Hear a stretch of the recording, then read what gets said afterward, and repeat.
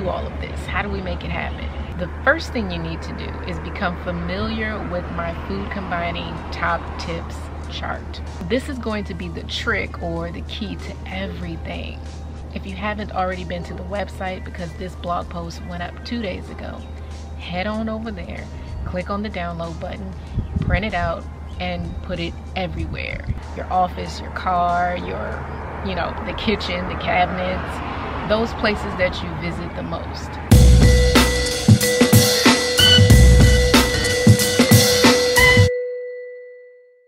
A quick side note about the chart.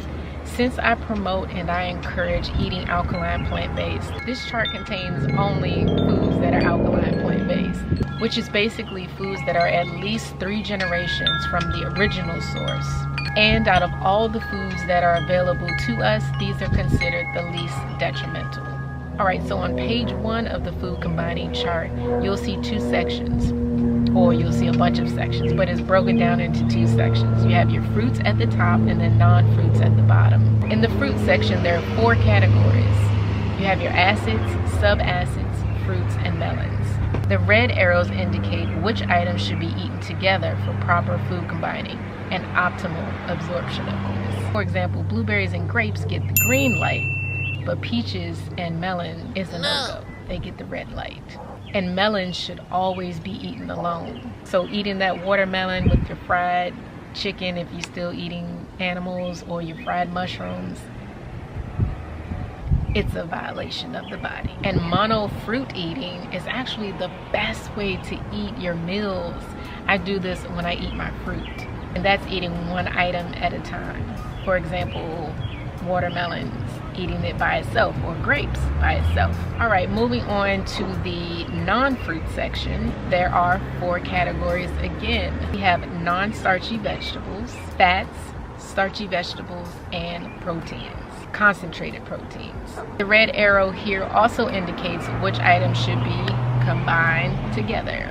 For example, zucchini and wild rice, it gets the green light, but spelt pasta and walnuts is another violation of the body, and it gets the red light. I know this all might sound overwhelming and like, whoa, but it's a very simple process. And soon on this platform, I'm going to show you how to prepare things, and I'm going to make this, or try to simplify this as best as I can for you.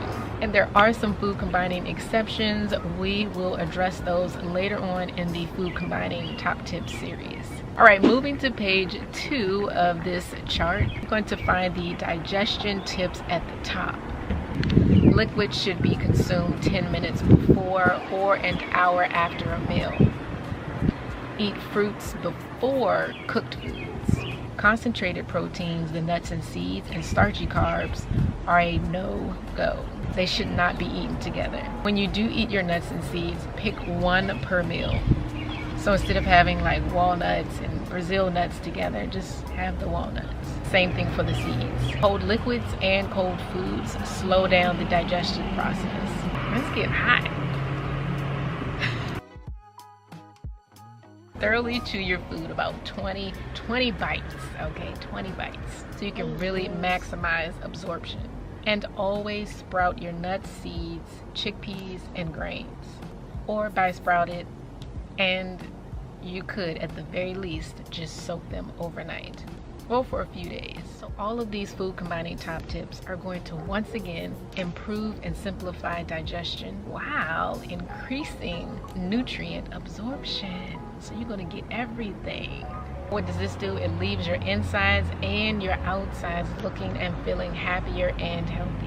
Now, some nutritionists and dietitians say that if you're going to have a poorly combined meal, to do it at lunchtime because your body is most active at this point. But I'm gonna have to disagree with that theory when it comes to gut healing, or when it comes to reversing disease or illness. And that goes for any disease or illness, whether it's obesity, high blood pressure, diabetes, glaucoma, fibromyalgia, heart disease, lung disease, the list goes on. If you're battling something, I truly believe that properly food combining is going to help take you to the next level of healing that much faster. Because think about it, if you're trying to heal yourself and you're eating all this good food, you know, you're eating all the right things, but you're not combining them properly. Your body is never gonna get 100% or even close to the nutrients and the vitamins and minerals from those things. So it's